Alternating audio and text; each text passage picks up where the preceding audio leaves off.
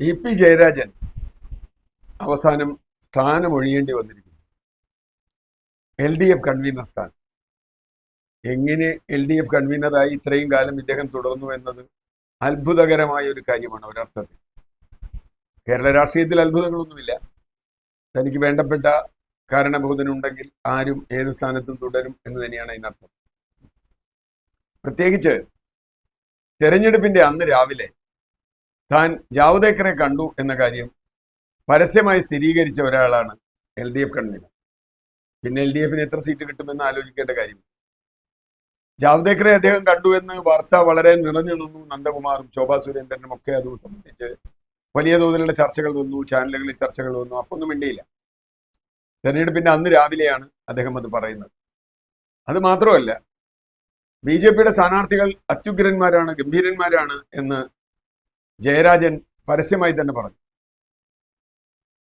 BJP നേതൃത്വം നൽകുന്ന NDAയും LDFും തമ്മിലാണ് മത്സരം എന്നും അദ്ദേഹം പറഞ്ഞു വെച്ചു. ഇതിനെയൊന്നും നമ്മുടെ മുഖ്യമന്ത്രിയോ അതുപോലെയുള്ള ആളുകളും എതിർത്തൊന്നുമില്ല. ജാവ്ദേക്കറെ കണ്ടത് ഞാനും പലതവണ കണ്ടിട്ടുണ്ട് എന്ന് പറഞ്ഞുകൊണ്ട് മുഖ്യമന്ത്രി ന്യായീകരിക്കുകയാണ് ചെയ്തത്.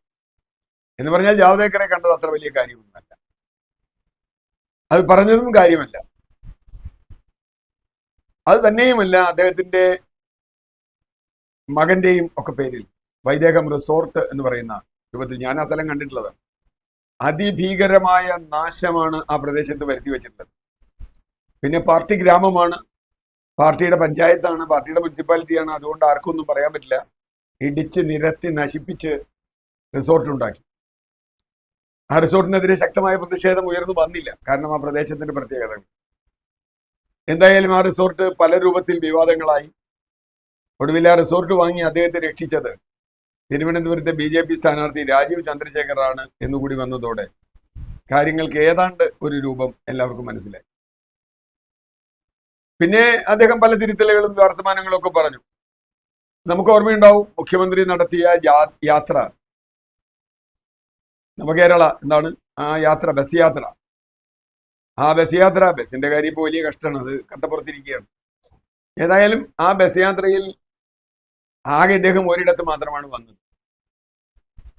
അപ്പൊ BJPയുമായി ശക്തമായ ബന്ധങ്ങളുള്ള, പലതരം വാണിജ്യ സാമ്പത്തിക ബന്ധങ്ങളുള്ള ആളാണ് ജയരാജൻ എന്ന് ചെറിയ അറിവല്ല, എല്ലാവർക്കും അറിയാം.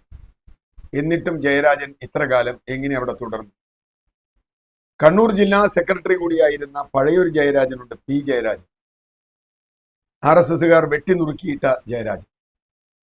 ആ ജയരാജനെതിരെ അവിടുത്തെ ഒരു പഴയ ജില്ലാ കമ്മിറ്റി അംഗം മനു തോമസ് വന്ന് വലിയ ആരോപണങ്ങൾ ഉന്നയിച്ചപ്പോൾ പാർട്ടി വിട്ടിയില്ല. മനു തോമസിനെ സംരക്ഷിക്കുന്ന നിലപാടാണ് പാർട്ടി എടുത്തത്. അന്നും നമുക്ക് സംശയമുണ്ടായിരുന്നു മനു തോമസിന്റെ പിന്നിൽ പാർട്ടിയുടെ ഔദ്യോഗിക നേതൃത്വമാണ് ഉള്ളത്. അതല്ല എന്ന് ഇപ്പോഴും വന്നിട്ടില്ല. ആ കണ്ണൂർ രാഷ്ട്രീയത്തിന്റെ തുടർച്ചയായിട്ട് വേണം ഇ.പി. ജയരാജന്റെയും കാര്യങ്ങൾ നമ്മൾ കാണാൻ. P. ജയരാജനാണ് ഇ.പി. ജയരാജനെതിരെ അതിശക്തമായ ആരോപണങ്ങൾ ഉന്നയിച്ചത്. ആ ആരോപണങ്ങൾ ഒക്കെ പാർട്ടി തള്ളുകയായിരുന്നു അന്ന്. ഏതായാലും ഇപ്പോൾ ഇ.പി. ജയരാജന് പുറത്തേക്ക് പോകേണ്ടി വന്നിരിക്കുന്നു. എന്താണ് അതിന്റെ സാഹചര്യം എന്ന് നമ്മൾ വിശദമായി പരിശോധിക്കേണ്ടത്. കണ്ണൂർ രാഷ്ട്രീയത്തിലെ ഊടുവഴികൾ പലതും പല രൂപത്തിൽ പുതുതായി അടയ്ക്കുകയും തുറക്കുകയും ഒക്കെ ചെയ്യുന്നുണ്ട്. കണ്ണൂരിൽ M.V. ഗോവിന്ദൻ പാർട്ടി സെക്രട്ടറി ആവുന്നതിൽ തന്നെ ഏറ്റവും ശക്തമായ എതിർപ്പുണ്ടായിരുന്ന ആളാണ് ഇ.പി. ജയരാജൻ, നമുക്കറിയാം. കാരണം ഗോവിന്ദനേക്കാൾ വളരെ സീനിയറാണ്, വളരെ മുമ്പേ കേന്ദ്ര കമ്മിറ്റി അംഗമാണ്. എന്നിട്ടും ജയരാജൻ പാർട്ടി സെക്രട്ടറി ആയില്ല. പിണറായി വിജയനെ സംബന്ധിച്ചിടത്തോളം ഏറ്റവും വേണ്ടപ്പെട്ട ആളാണ് ഇ.പി. ജയരാജൻ എന്നൊരു രഹസ്യമൊന്നുമല്ല. BJPയുമായി ഡീൽ ഉണ്ടാക്കുന്നതിൽ മുന്നിൽ നിൽക്കുന്ന ആളാണ് അദ്ദേഹം എന്നതും, പാർട്ടിയുടെ സാമ്പത്തിക സമാഹരണത്തിൽ നിർണായകമായ പങ്കുവഹിക്കുന്നതും, കേരളത്തിൽ പുറത്തെയും വലിയ വ്യവസായികളും വലിയ സാമ്പത്തിക ഇടപാടുകാരുമായി നല്ല ബന്ധമുള്ളയാളുമൊക്കെയാണ്. അതുകൊണ്ട് തന്നെ പാർട്ടിക്ക് വളരെ വേണ്ടപ്പെട്ട ആളാണ് എന്ന് കരുതിയിരുന്നു. ഇപ്പോൾ കളി മാറി കളിച്ചു തുടങ്ങിയിരിക്കുന്നു എന്നാണ് മനസ്സിലാക്കേണ്ടത്. ഞാൻ കരുതുന്നത് പിണറായി വിജയൻ എന്ന നേതാവ് കണ്ണൂരിൽ ദുർബലനായി കൊണ്ടിരിക്കുന്നു എന്ന് തന്നെയാണ്. അദ്ദേഹത്തെ അടിക്കാൻ വേണ്ടി, അദ്ദേഹത്തിനെതിരായ വിഭാഗക്കാർ അതിശക്തമായി അണിനിരന്നുകൊണ്ടിരിക്കുകയാണ്. പേര് പറയുന്നില്ലെങ്കിൽ പോലും പിണറായി വിജയൻ തന്നെയാണ് ഇതിലെ ടാർഗറ്റ്. ഇ.പി. ജയരാജനെ മാറ്റണം എന്ന് MV. Govindan party സെക്രട്ടേറിയറ്റിലും available പി.ബിയിലും പറഞ്ഞുവെങ്കിൽ AKG സെന്ററിൽ കൂടി അവൈലബിൾ പി.ബിയിലാണ് തീരുമാനിച്ചത് എന്നാണ് കേൾക്കുന്നത്. എന്ത് പി.ബിയിലാണെങ്കിലും അത് സമ്മതിക്കേണ്ടി വന്ന പിണറായി വിജയന് വലിയ വീഴ്ച ഉണ്ടായി. അദ്ദേഹത്തിന്റെ ഗ്രാഫ് കണ്ണൂർ രാഷ്ട്രീയത്തിൽ താഴ്ന്നുപോയി എന്ന കാര്യത്തിൽ ഒരു സംശയവുമില്ല. അതിന്റെ പ്രതിഫലനങ്ങളാണ് പിന്നീട് നാം കണ്ട പല കാര്യങ്ങളും. ഏതായാലും ജയരാജൻ ഇനി എന്ത് ചെയ്യും എന്ന ചോദ്യമാണ് എല്ലാവരും ചോദിച്ചുകൊണ്ടിരിക്കുന്നത്. ജയരാജൻ ആത്മകഥ എഴുതാൻ പോകുന്നു എന്നാണ് നമ്മൾ കേൾക്കുന്നത്. അങ്ങനെയാണല്ലോ നമ്മുടെ ആളുകൾക്ക്. റിട്ടയർ ചെയ്താൽ ഉടനെ ഒരു ആത്മകഥ എഴുതും. ജയരാജൻ റിട്ടയർ ചെയ്തോന്നറിയില്ല.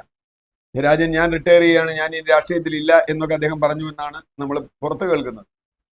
പക്ഷെ ഒരു കാര്യമുണ്ട്, അദ്ദേഹം കേന്ദ്ര കമ്മിറ്റി അംഗം.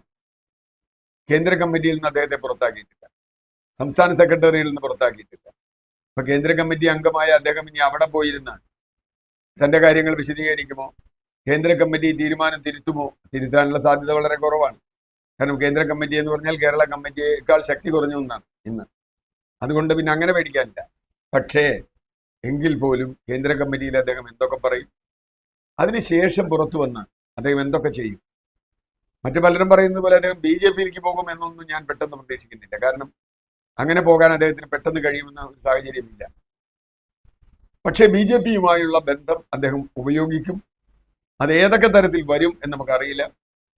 മുഖ്യമന്ത്രിയെ ആദ്യം മുതൽ അവസാനം വരെ ഡിഫെൻഡ് ചെയ്തിരുന്ന ഇ.പി. ജയരാജൻ എന്ന നേതാവിന് ഉണ്ടായ വീഴ്ച പിണറായി വിജയന്റെ വീഴ്ചയുടെ തുടക്കമായി കാണും എന്നാണ് ഞാൻ കരുതുന്നത്.